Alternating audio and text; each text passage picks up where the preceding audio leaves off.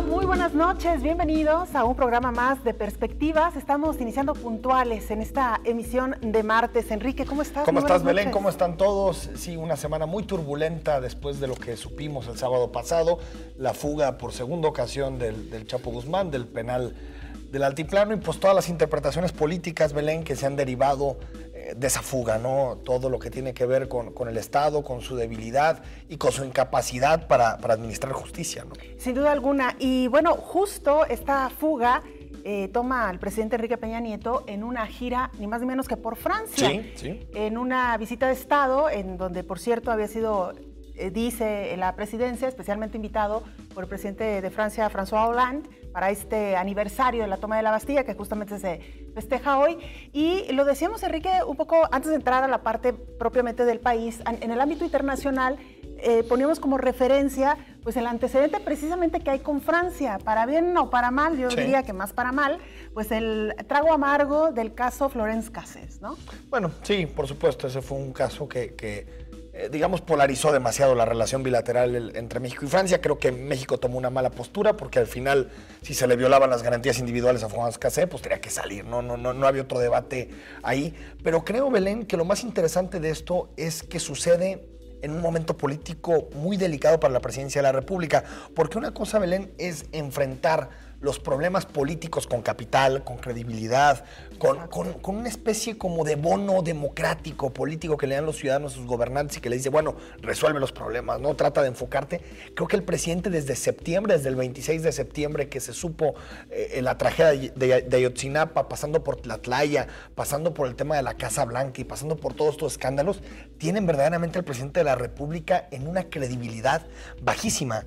En México solemos no creer las versiones oficiales, ¿no? Es deporte nacional no creer las versiones oficiales porque ¿quién es tan ingenuo como para creer en las versiones oficiales, no? Pero a este gobierno no se le cree nada. Absolutamente prácticamente nada. Y eso al presidente le genera un reto muy fuerte para tratar de sobreponerse a, creo, incluso más que Ayotzinapa, el golpe más fuerte de su sexenio. Y fíjate, Enrique, que lo has mencionado claramente.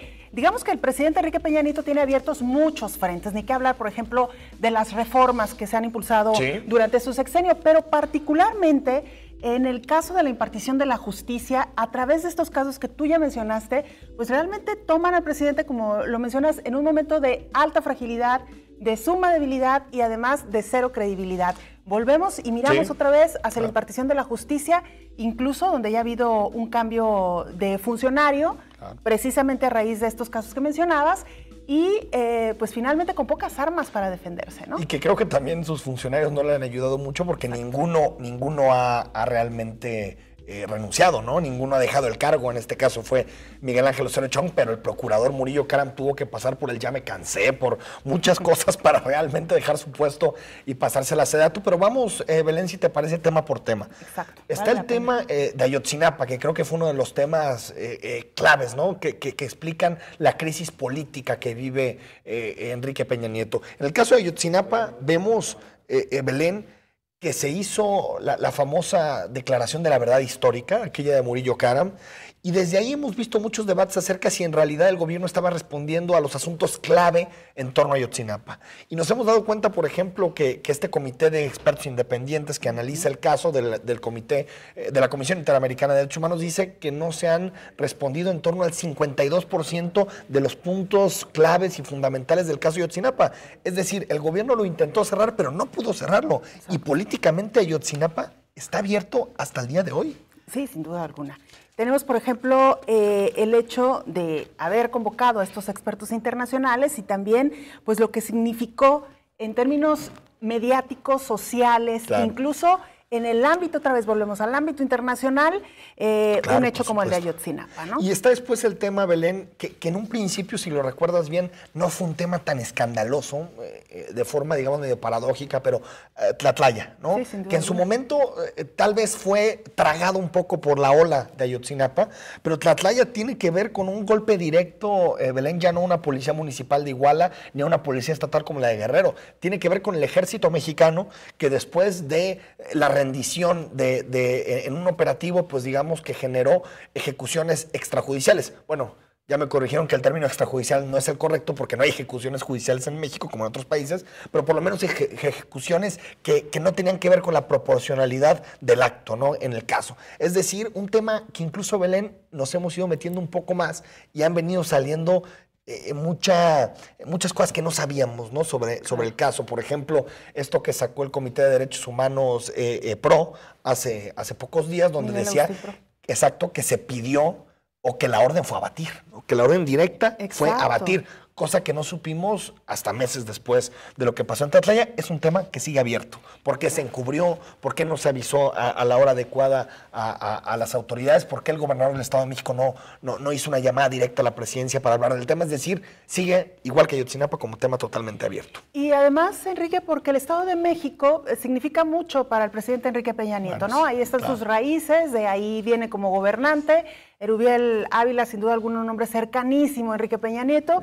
Pareciera que, no sé, evidentemente hubo una estrategia para que este tema no creciera, pero que finalmente, como bien lo mencionas, termina reventando la ola, y me parece que hay mucho todavía por ver y esperar en el caso Tlatlaya. Y el tercer caso que ya mencionabas, sí, las casas IGA. Las casas IGA, ¿no? Pero sobre todo la que está relacionada o vinculada directamente con la familia del presidente, con la primera dama, y con un posible conflicto de interés, ojo, no de la primera dama, del presidente de la República, y en donde se trató le trató de dar la vuelta a Peña Nieto con el nombramiento, recuerdas, del secretario de la Función Pública, que en realidad pues es amigo del presidente, que no tiene ningún tipo de atribución real institucional para poder investigar a fondo el caso de la Casa Blanca. Entonces son tres temas, Belén, que siguen abiertos, que siguen pesando en la opinión pública y creo que minan la credibilidad del presidente de la República en este tema en particular, ¿no? Otra cosa sería si el presidente Enrique Peña Nieto llega a este tema con sus bonos muy altos, ¿no? Con una credibilidad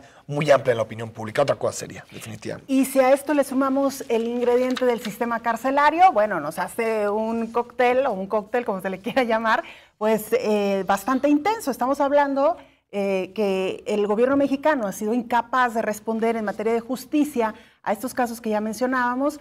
Se escapa por segunda ocasión el narcotraficante más buscado del mundo de una cárcel, entre comillas, de máxima seguridad, y por si esto fuera poco, pues además evidenciando también complicidades, corrupción y pues eso, la falta de credibilidad de la que tú ya mencionabas al principio. Yo quisiera nada más, antes de cerrar el caso de Joaquín Guzmán Loera, que evidentemente nos va a dar para mucho más, Enrique, me parece que hay un factor que hemos dejado un poco de lado en las últimas horas por centrarnos más en lo que está sucediendo al interior del país. ¿Qué va a pasar con el factor Estados Unidos? No olvidemos que Estados Unidos ha insistido en la extradición de algunos de los principales capos, que algo que les pesa realmente a los narcotraficantes es ser extraditado. Hay un temor bárbaro por ser llevados ante la justicia estadounidense. Incluso se habla de que el propio Chapo Guzmán habría escapado, digo, por muchas razones, pero principalmente ante el temor de ser extraditado a Estados Unidos. Hasta ahora, Estados Unidos solamente ha ofrecido ayuda, pero me parece que va a haber una presión fuerte en las próximas semanas, en los próximos meses, para recapturar al Chapo Guzmán. El Chapo no vuelve a pisar cárcel mexicana, eso me queda clarísimo, porque, digamos, si no la pisa porque no la agarran, pues no la va a pisar, ¿verdad? Pero si lo llegan a agarrar, tiene su pasaporte, su visa totalmente alineada para irse a Estados Unidos. Y creo que aparte sería lo más sano, ¿no? Porque hemos dado cuenta, quitando el nacionalismo trasnochado, que no podemos tenerlo adentro. Digo, se ha escapado 2 veces, ¿no? Y metería dos asuntos más, Belén, en esta discusión.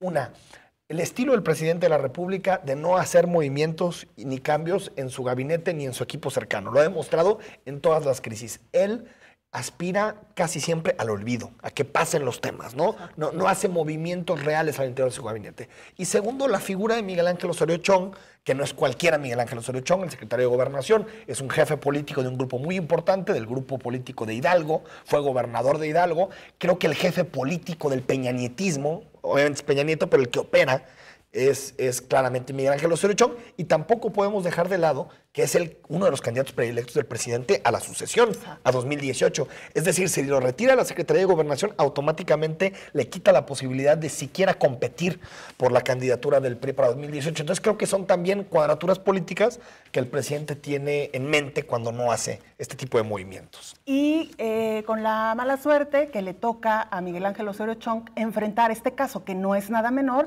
y sale mal librado. Mal librado, porque aparte creo que hace malas declaraciones. Sí, se le notó incluso inseguro, errático. Digamos que se le notaba el nerviosismo, algo que no habíamos visto tan frecuentemente en la figura de Miguel Ángel Osorio, ¿no? Es muy difícil, Belén, porque hay que recordar que el discurso del PRI para volver a Los Pinos no fue nada que tuviera que ver con la democracia o con haber transformado el partido o con ser una institución nueva para los nuevos retos, sino que el PRI lo que decía es, miren, ya aprobaron al PAN, ya se dieron cuenta que en 2 años son incapaces ni siquiera de tener al Chapo tras las rejas. Entonces, pues ahora sí van a llegar los gobiernos priistas que tenemos capacidad de ejecución, tenemos eficacia, sabemos gobernar. Y creo que esto apunta y atenta directamente en el centro o en la fortaleza número 1 del PRI como partido político, ¿no? Su supuesta eficacia. Y por eso Miguel Ángel Osorio Chong no sabía en realidad cómo responder, y creo que tras su comparecencia deja más dudas que certezas, ¿no? Porque hubo un momento en la conferencia de prensa que decías, ¿pero qué está haciendo Miguel Ángel Osorio? Está haciendo un elogio del Chapo porque describía las condiciones de la prisión y decías, bueno, si el Chapo salió de eso, entonces es un superhombre. Claro. Digamos que esa falta de credibilidad en el gobierno hace que nadie crea asuntos puntuales del caso, ¿no? Asuntos como nadie se dio cuenta que había una casa a 1,5 kilómetros que estaba construyendo, cómo no vieron un túnel de esas características, esas dimensiones, qué es esto de los puntos ciegos, ahora sí les interesó los derechos humanos. O sea, hay tantos temas que creo que el secretario de Gobernación no logró dilucidar ninguno de ellos. Pero además evidencian pues precisamente todavía más estos inseguridades que ha mostrado el gobierno y que provocan precisamente que la gente cada vez crea menos.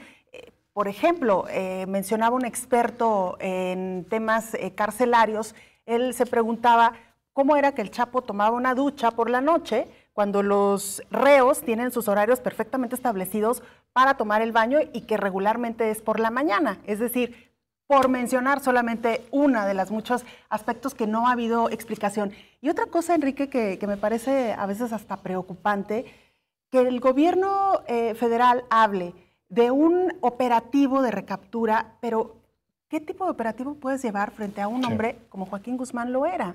O sea, ¿de qué estamos hablando? ¿De que ellos piensan que Joaquín Guzmán Loera va a salir a la calle como cualquier mortal, que va a estar por ahí comiendo en algún restaurante? Evidentemente el señor ha sido capaz de evadir la justicia durante muchísimos años y además tiene todas las herramientas y todos los elementos para hacerlo. Yo me preguntaría si incluso está en México. Es muy probable que ya ni siquiera esté en nuestro país. Aunque yo supondría que detrás de esto no hay solo estos retenes que han formado en las carreteras para tratar de interceptar al Chapo, sino supongo que hay inteligencia y supongo que hay información. Lo supongo, ¿no? Digo, no tengo ningún dato que me lleve hacia eso. Pero, digamos, Belén, volviendo más a la dimensión política de este caso, creo que Enrique Peña Nieto, si bien no veíamos visos de que se levantara tras estos escándalos que ya narramos, con esto yo veo muy complicado que el presidente lidere una renovación de su equipo de trabajo, lidere una nueva etapa de su sexenio. Y cuando hablábamos después de las elecciones que, bueno, el varapalo electoral no había sido tan fuerte para el presidente, había mantenido la mayoría en el Congreso, con sus aliados el Verde y el PANAL, tenía mayoría absoluta. Yo creo que ahora ya enfrenta ya no tanto una crisis política en sí, sino una crisis de credibilidad profunda. Nadie cree lo que dice el gobierno, nadie lo cree. Porque en el caso de Ayotzinapa hubo sus dudas en su momento, ¿no? Pero en este caso sí creo que el presidente está hablando y no hay nadie que esté escuchando la versión oficial, sino es prácticamente, pues casi para mofarse, ¿no? De la historia que se ha construido en torno a lo que sucedió, en torno a la fuga, ¿no? Que de hecho lo vimos, Enrique, con estos memes que, bueno salieron sí, inundaron las redes a los minutos siguientes. Y mira, tal vez pareciera algo muy superficial el caso de los memes, pero reflejan mucho también del sentir de la sociedad y hablan mucho de esto que tú mencionabas, cómo la gente cree o puede tener más simpatía hacia un capo como el Chapo que hacia la propia figura del presidente. Que eso es preocupante. Claro, sin duda alguna. Bueno, tenemos que hacer una pausa, no se vaya, regresamos con mucho más.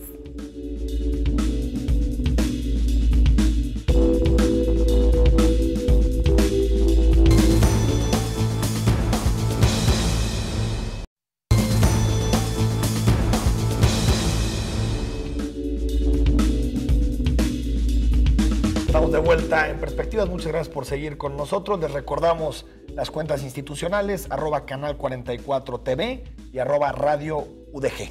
UDG, ¿no? UDG. Así es. Y la propia @EFTousaint. Belén Zapata M. Y ya nos acompaña nuestro compañero Benjamín, que está en redes sociales. Así que, por favor, escríbanos sus comentarios. Los estaremos desahogando hacia el cierre de este espacio. Hoy invitamos a un analista de lujo. Pedro Mellado, ¿cómo estás? Buenas noches, yo me siento muy honrado de estar aquí con ustedes, son mis amigos, los aprecio y qué bueno que para algo puedo ser útil. Pedro, pues el tema que tenemos que tocar es de entrada la fuga del Chapo. ¿Qué opinas del tema? Tú hoy escribiste una columna sobre el tema. ¿Cuáles son tus primeras valoraciones sobre lo que sucedió el sábado? Mira, yo pienso que lo más delicado de la fuga del Chapo es la circunstancia de que la gente ya no le cree prácticamente nada al gobierno. Lo que me llamó mucho la atención desde el sábado en la noche, ya ves que la noticia empezó a trascender como a las 11, 12 de la noche, a la 1 estaba muy fuerte en redes. Lo que me llamó la atención fue que había una sensación en el ánimo de la gente de burla hacia el gobierno. Ni siquiera estaba preocupada la gente ni consternada porque se escapó el gran capo, ¿no? No. Estaban más involucrados las personas en redes burlándose del gobierno, burlándose de la ineficiencia del gobierno. Y bueno, y la conclusión que podemos hacer es la que todo el mundo hace. Esto es una combinación muy clara de ineptitud, de complicidades, de omisiones, de cinismo y de corrupción, porque no se puede explicar de otra manera. Y por otro lado, las hipótesis de por qué el Chapo pudo haber tenido tanto interés en salir tan pronto y tanto apoyo al parecer. Y tanto apoyo para salir, pues no sabemos qué encomienda, tarea o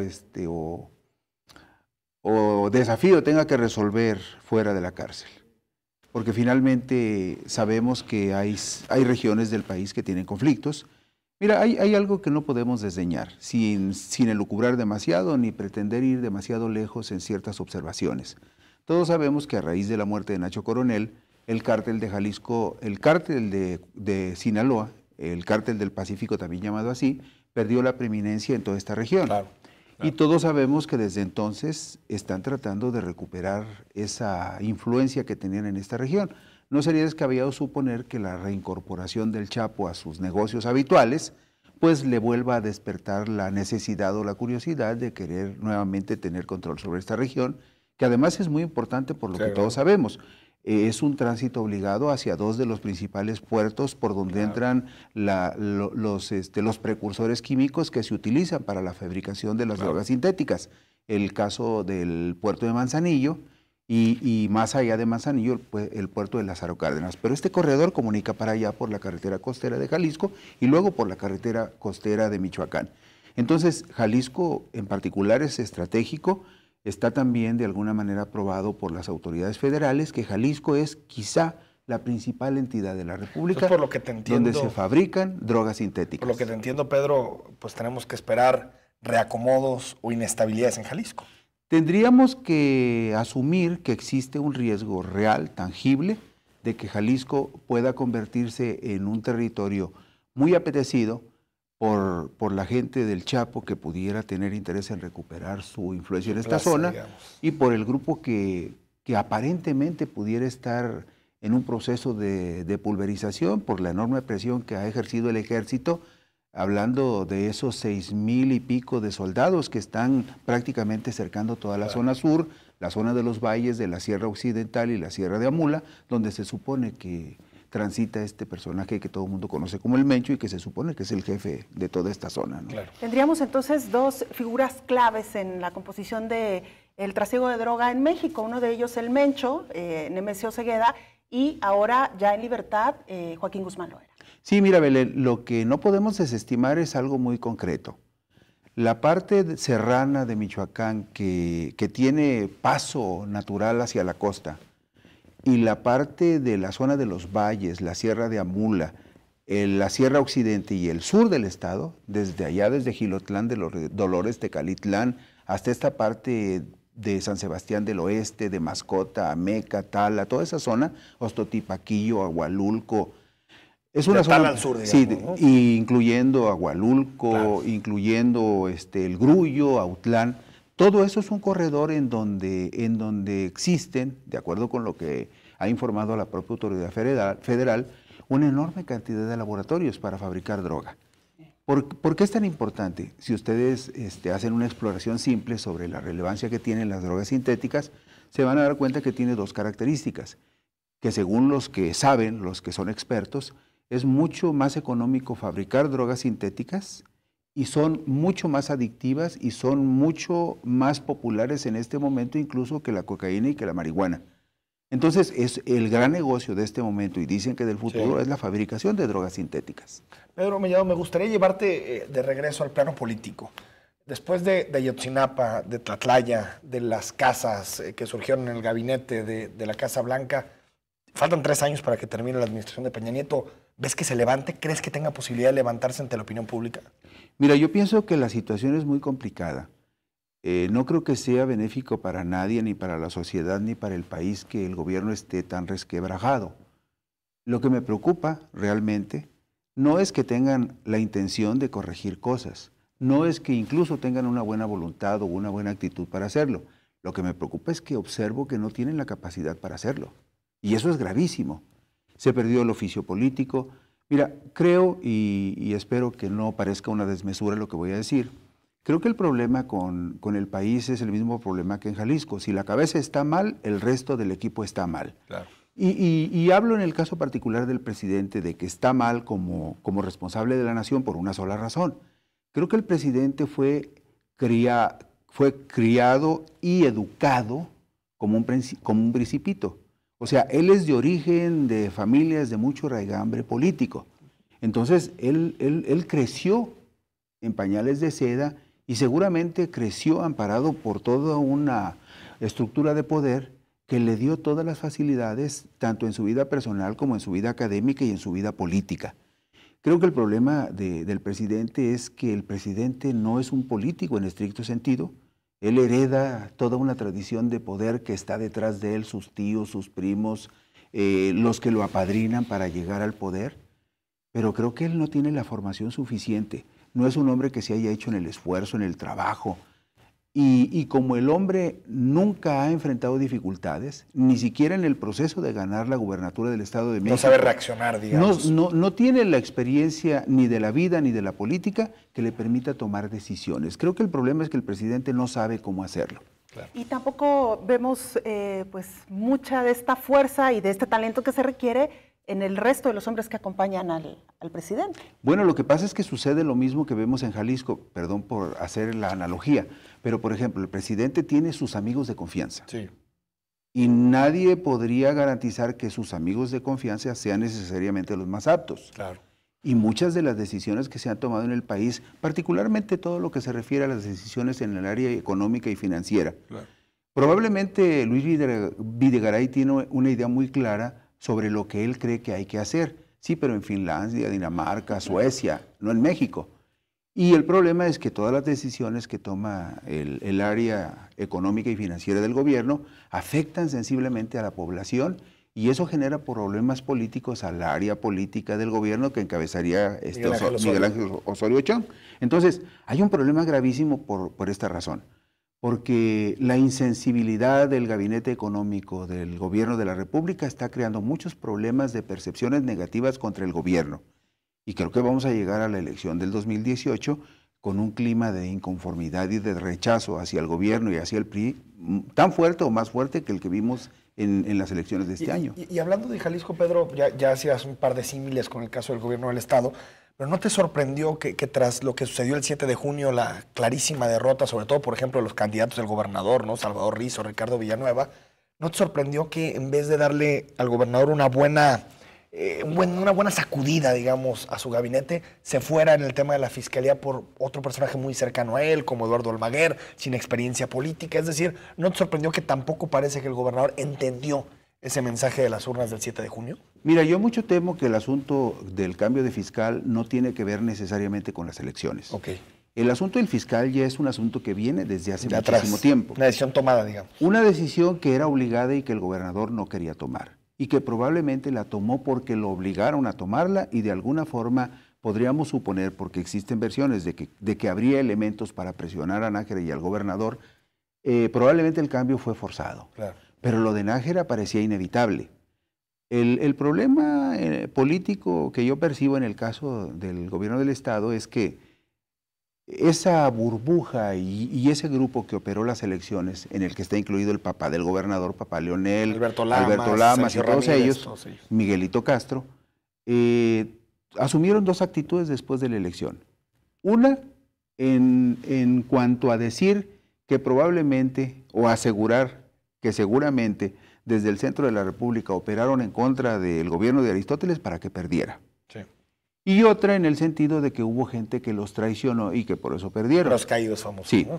Cuando a lo mejor ellos no se dan cuenta y no quieren asumir que quienes traicionaron a la militancia de su propio partido, a la estructura de su propio partido, al suplantarla de facto con el papá Leonel y con Lamas y con Villanueva y con Miguelito Castro y con todos ellos que llegaron de alguna manera como impuestos a tomar, tanto al partido como a las campañas, y que desalentaron a la militancia, a la misma dirigencia estatal del partido, a los cuadros intermedios del partido y a las bases del partido. Y eso es parte del gran problema por el que perdió el PRI. Pero ellos prefieren pensar que hay traidores o que alguien del centro operó para descarrilar el tren del gobernador. Claro. Desde ahí el asunto está siempre no es fácil, ¿no? Muy delicado. Pedro, un poco para ir haciendo algunas conclusiones y perfilando lo que será hacia el futuro, ¿crees que realmente tanto Movimiento Ciudadano, que ha ganado las principales alcaldías de la zona metropolitana de Guadalajara o algunas de las principales, tendrá la suficiente madurez política igual del lado del gobierno para poder entablar una relación de 3 años de aquí a que enfrentemos las próximas elecciones y sacar adelante todos los pendientes que tenemos en la ciudad y en el estado en general? Mira, no lo sé, pero la designación, por ejemplo, del fiscal general de Jesús Eduardo Almaguer puede tener significados contrastantes. Primero que nada, todos sabemos que no tiene experiencia de policía, que tampoco tiene experiencia como fiscal.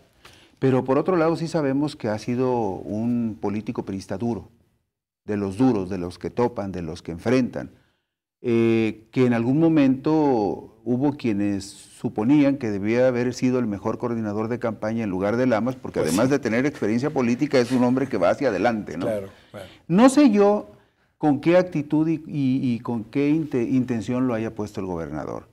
Si la intención es que llegue para golpear o ser un dique de contención frente a los gobiernos metropolitanos de Movimiento Ciudadano, es muy grave porque es un muy mal mensaje. Pero si lo pone ahí para que sirva para componer, tapar y cubrir muchas de las inmundicias que dejó Nájera, también es muy grave. Yo siento que el asunto con el gobierno es bien simple. Cuando tú pierdes el 63.42% de la población que te rechaza y que va a estar gobernada por un partido de oposición, pues yo pienso que lo más sensato es buscar la manera de encontrar diálogo entendimiento con quienes tienen una representación poblacional mayor que la que tú tienes. Claro. Pero no sé si eso vaya a suceder. Pedro Mellado, gracias por haber estado aquí con nosotros. No, gracias a ustedes, siempre es un gusto verlos. Y ojalá nos estés visitando más seguido. Sí, no más que me inviten, yo vengo. Muchas gracias, Pedro. Vamos a un corte y regresamos para platicar con Alberto Uribe, alcalde electo de Tlajomulco.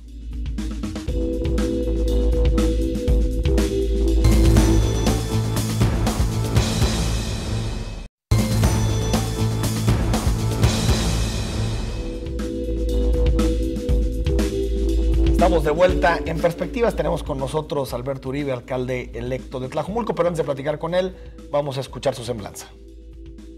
Alberto Uribe. Con 43 años, Alberto Uribe será alcalde de Tlajomulco de Zúñiga por segunda ocasión, y es que fue alcalde interino de este municipio.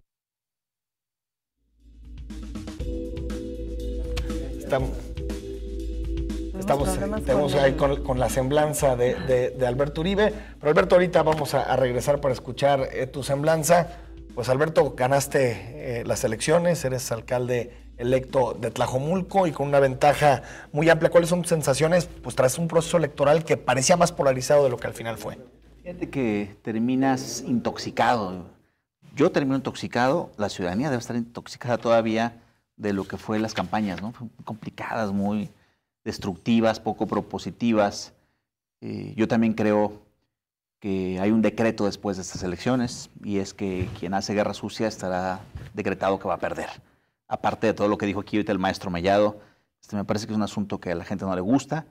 Hoy quiere políticos que propongan, políticos con mucho más seriedad, mucho menos destrucción. Y en ese sentido, yo toda mi campaña me la pasé siempre proponiendo con la claridad de que si me metía yo a la guerra sucia, iba a terminar completamente embarrado también. Y en todos los momentos, incluso en los debates en los que participé, siempre busqué la propuesta. Y bueno, la verdad es que el resultado no dejó de sorprendernos, prácticamente el 50% de la votación, el segundo lugar 29%, que fue la suma de 8 o 9 puntos del PAN más 20 del PRD.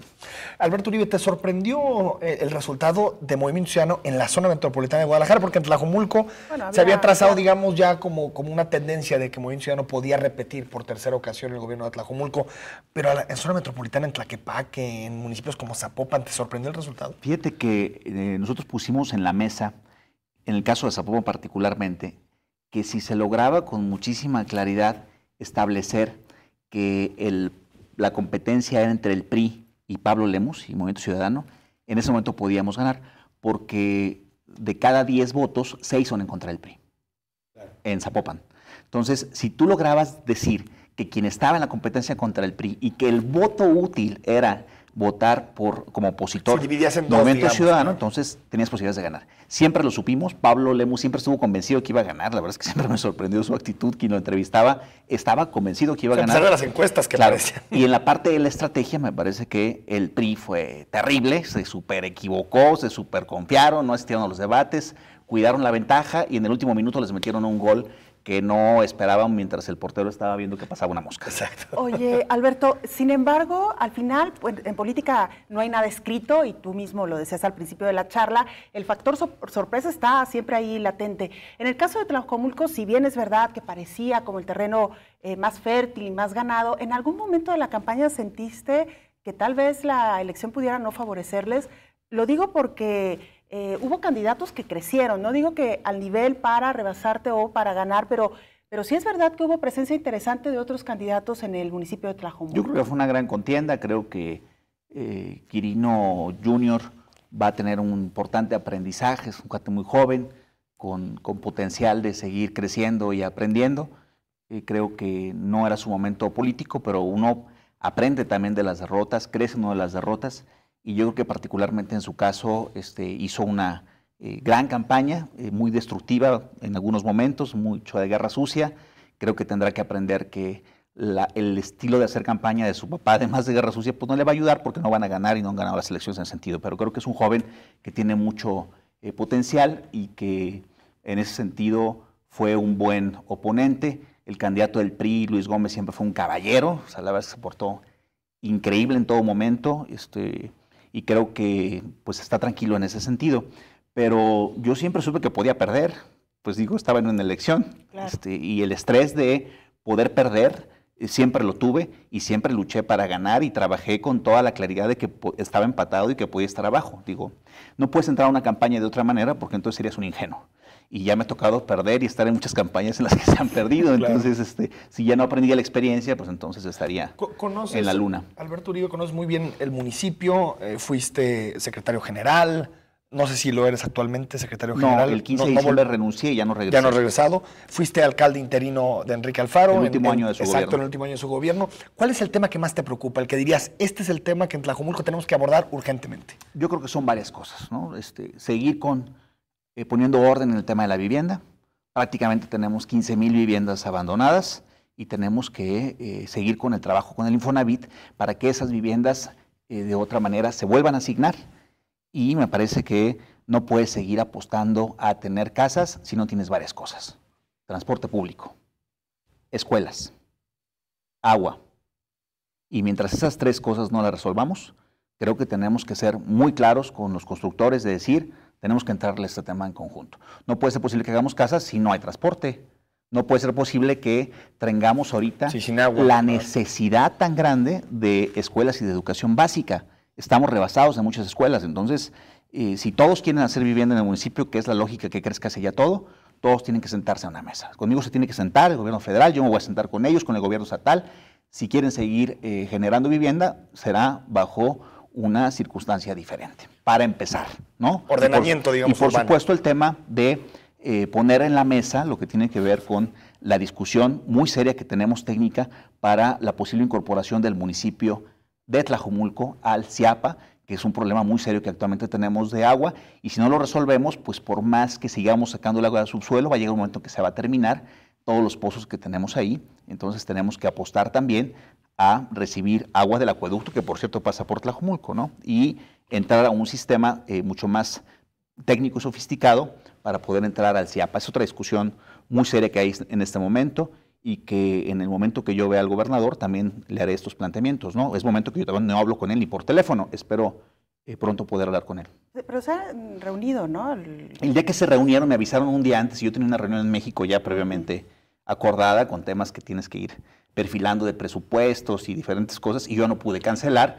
porque la cita me la habían dado mucho tiempo antes, pero yo es momento que todavía no platico con él ni por teléfono. Oye, Alberto, regresando un poco al tema que estabas mencionando, a ver, 15,000 viviendas abandonadas en Tlajomulco. Preguntar quién es el responsable de esto, bueno, nos podría llevar aquí un día y todo el mundo se deslindaría, pero lo que sí podemos hablar es de dos gobiernos de Movimiento Ciudadano que han hecho precisamente para que esto no siga sucediendo, y para estas soluciones que tú estás hablando futuro, ¿por qué no se instauraron o por qué no se implementaron antes? Muchas se han instalado, muchas viviendas que se han recuperado. Si ustedes ven algunos de los periódicos locales, siempre hay viviendas en remate. Nosotros hacemos el PAE, procedimiento administrativo de ejecución, hasta llegar al remate y a la adjudicación. Se adjudica como mejor, al que tiene la mejor deuda, por llamarlo así, al Infonavit, y el Infonavit está haciendo concursos para dárselo a los constructores, y los constructores te compran 50, 100 casas, 200, las arreglan y se están volviendo a vender.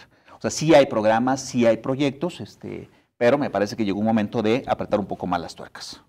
Por supuesto que le hemos avanzado de una manera trascendental en todo el desarrollo del municipio, en todo el desarrollo urbano, en todas las herramientas, en todo el desarrollo ecológico territorial. En ese sentido, todos los instrumentos de planeación se avanzó muchísimo estos años, pero hoy en día el tema está no solamente en los permisos. Digo, yo fui profesor 10 años en la Universidad de Guadalajara. Para mí el tema de la educación es un tema central, y yo sé que hay, en este momento sobreocupo muchas escuelas y no hay escuelas suficientes.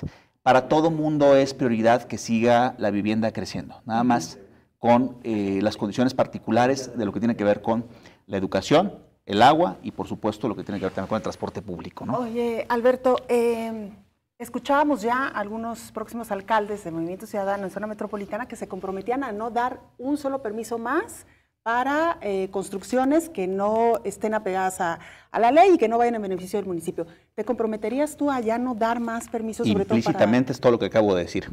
Implícitamente, pero no clara y directamente. Dímelo explícito. Sí. No, por supuesto tienes que... no voy a dar un permiso que no tenga la justificación de todo lo que acabo de decir, porque entonces estaría siendo incongruente en lo que estoy diciendo en estas cámaras, ¿no? Y en general siempre he tratado de ser congruente. No me interesa ser necesariamente vibrar en el mundo de ser popular y queda bien con todo el mundo. No soy así. Trato de ser serio como presidente municipal, como administrador y como político. Dejamos ir un corte de Alberto Uribe, vamos a ir a una pausa y regresamos para seguir platicando con el alcalde electo de Tlajomulco.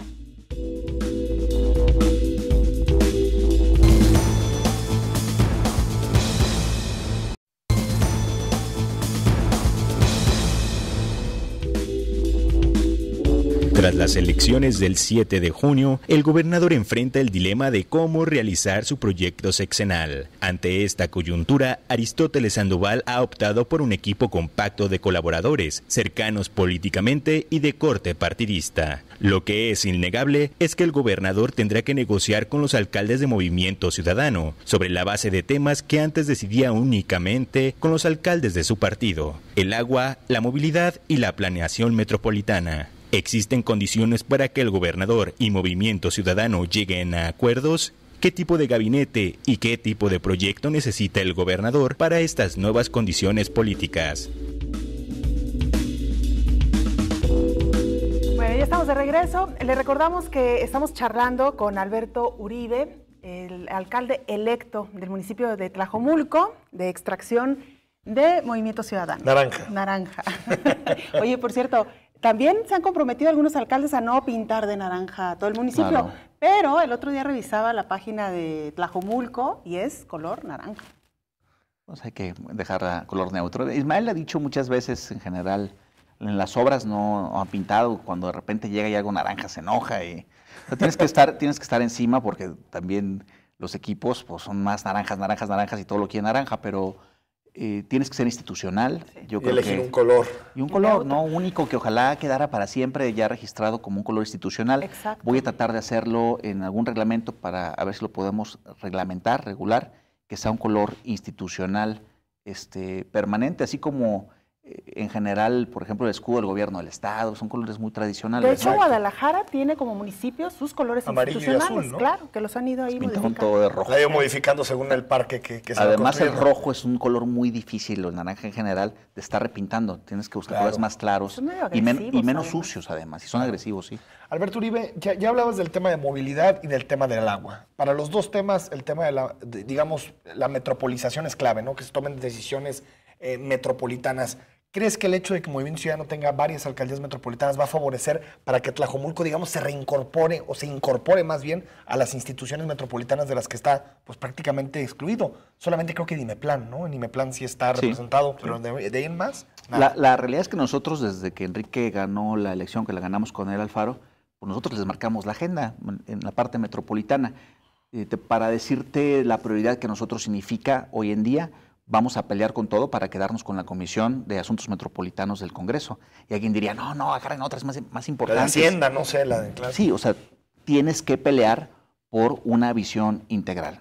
Por decirte algo, tenemos mesas de trabajo en donde vamos a hacer una reingeniería de la administración, y yo estoy dispuesto, y se lo platiqué ya al Alfaro, lo platiqué con Lemus, con Limón, la posibilidad de empatar una estructura básica. Administrativa de todas. Administrativa, en la parte general básica, pero sobre todo algo central. Imagínate tú que logremos terminar, porque aquí ya ha habido gobiernos de todos los del área metropolitana panistas, toda el área metropolitana priistas, y no ha sucedido nada. Yo lo platicaba particularmente con Lemus, le decía, oye, sería irracional que terminemos nuestras administraciones y que no empatemos los trámites. Imagínate que vas a Zapopan a un trámite, a Tlajomulco, a Guadalajara o a Tlaquepaque, y te voy a pedir exactamente los mismos requisitos y el trámite va a ser exactamente igual en los 4 municipios. Yo creo que eso sería trascender, sería dejar algo más, empatar toda la tramitología en general, con los mismos números de requisitos y evidentemente simplificarlos. La simplificación administrativa, la modernización, la innovación en todo el tema que tiene que ver con los trámites, es un asunto que tenemos que apostar. Si yo lo voy a apostar como Tlajomulco, voy a entregar resultados espectaculares. Yo entiendo que también los alcaldes electos lo van a hacer. Si ellos no le entran, pues ahí que se queden. Yo tengo que caminar en esa agenda. Entiendo que todos están en la misma dinámica y eso nos va a permitir homologar muchas Y la cosas. decisión del CIAPA, Alberto Uribe, ya está tomada. Tlajomulco quiere ingresar al No CIAPA. está tomada. Yo tengo que sentarme con los directivos del CIAPA a ver números, a ver todo un proyecto técnico con mis técnicos, y sobre eso vamos a tomar la decisión. No está tomada. Alberto, y además me parece que hay un ingrediente distinto de cuando han tenido otros partidos, la mayoría en zona metropolitana. Y quisiera, por supuesto, escuchar tu opinión, si coincides conmigo o no. Hay una figura que los aglutina a ustedes, que es la figura de Enrique Alfaro. Y me parece que en términos generales, entre ustedes se conocen. Son personajes políticos que han trabajado pues casi que juntos durante mucho tiempo. ¿Crees que esto realmente sea un factor para marcar la diferencia entre los otros partidos que ya han tenido oportunidad de gobernar zona metropolitana? Yo te diría que hay 2 factores. Uno, la profunda visión y determinación de que las cosas caminen mejor. Eso es lo que nos une. Y 2, por supuesto, la figura de Alfaro pues es una figura trascendental, importante, que empuja nacionalmente, localmente y ayuda. Pero si nosotros apostamos a que la figura para el cambio necesariamente sea una persona, pues nos vamos a equivocar. Tiene que ser un proyecto, tiene que ser una visión, y lo que estamos construyendo juntos es una visión. Entonces, en ese sentido, pues es más fácil coincidir.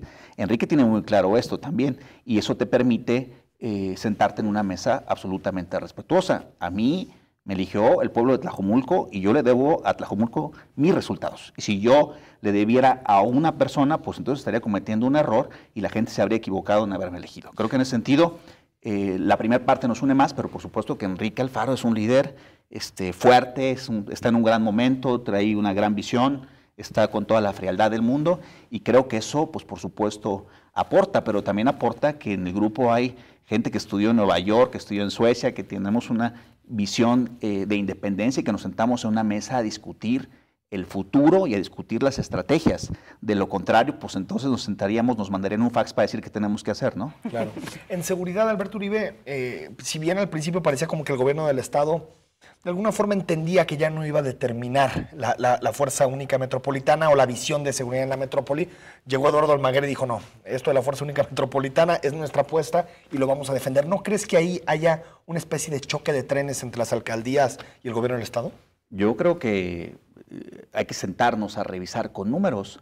O sea, si Almaguer está declarando que camina porque camina sin revisar en una mesa seria técnica el problema de seguridad, pues me parece que está declarando políticamente. Almaguer tiene que tener mucho cuidado en algo. Almaguer fue presidente del partido, es un gran político y tiene que tener cuidado en que el fiscal no tiene color. Exacto. Y si él se equivoca, la va a pagar las consecuencias, ¿no? Entonces, en ese sentido, él no se puede prestar a politizar es el fiscal de todos los estar haciendo declaraciones. Ese no es su papel. Alguien tiene que decírselo. Espero que se lo diga el secretario de Gobierno, o si no, pues yo aprecio mucho a Almaguer, se lo digo aquí, ¿no? Claro. Seguramente podrá llegarle eso. Y creo que yo estuve en la mesa de la Fuerza Única cuando se estuvo discutiendo en Palacio de Gobierno. Y yo lo único que vi en esas mesas es la discusión de que todos teníamos que ceder un número de elementos que se iban a poner sobre un mando. La Fuerza Única no es una estrategia, no es la estrategia, es parte de una estrategia. Y la Fuerza Única es un grupo especial de seguridad. No es la estrategia del gobierno, porque entonces a todo el mundo nos quitaron elementos, los sumaron bajo un solo mando. Eso no es la estrategia y no puede ser la estrategia. Pues ¿con quién creen que están hablando?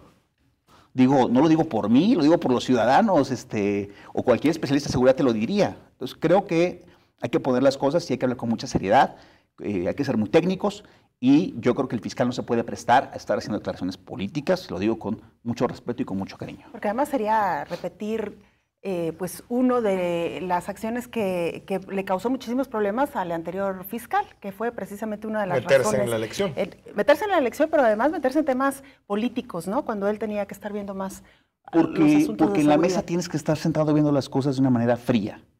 Si la propuesta que estamos haciendo nosotros de Policía Metropolitana, de unificar una sola academia, una sola estrategia, un solo mando, funcionaría, pues no importa quién la proponga, hay que ponerla en la mesa junto con la otra propuesta y entre todos buscar una solución.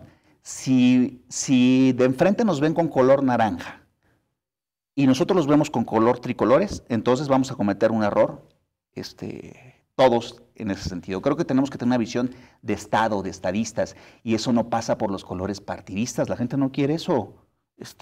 Me parece que es uno de los resultados de la elección, independientemente que haya ganado Movimiento Ciudadano prácticamente todo en la área metropolitana. Creo que la señal es pónganse de acuerdo y siéntense. El tema de seguridad no es un tema político, con todo respeto. IMEPLAN, ¿se puede hacer algo para recomponer el actual IMEPLAN o básicamente hay que generar otra estructura para hablar de coordinación metropolitana? Yo creo que tenemos que tener otra visión. No me late cómo opera el IMEPLAN, o sea, no tiene personalidad, no tiene fuerza, no tiene credibilidad, sí tiene legitimidad, pero me parece que necesitamos construir un organismo mucho más fuerte, mucho más poderoso, que tenga mucho más influyente, mucho más respetado, con una cabeza que sea toda una eminencia en el mundo, ¿no?, de la planeación y que no tenga bajo ninguna circunstancia un color, sino que incluso hasta quien fuera titular pudiera tener características académicas, pero a la vez ejecutivas, como para podernos ayudar a la ciudad a mantener un ritmo de crecimiento diferente. Pues una especie diferente. más de lo que algún día, Belén, se debatió como el gerente de la ciudad, ¿no? Claro. Una especie de gerente. El asunto con el IMEPLAN es que no es una mala idea. El problema es cómo se fue tejiendo, incluso hasta el nombramiento del titular. Exacto, que dividió muchísimas opiniones y entonces empezó a perder fuerza y, como bien lo dice, se fue como a la oscuridad y de ahí no ha salido. El problema está en la clase política jalisciense. Es una clase política extraordinaria, pero bueno.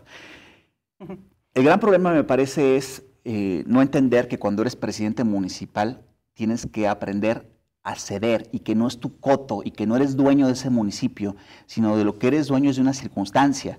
Y bajo esas circunstancias, cuando tú tienes que estar haciendo un planteamiento de hacia dónde va la ciudad, y la ciudad no es Tlajomulco, la ciudad es Guadalajara, es Zapopan, es todo.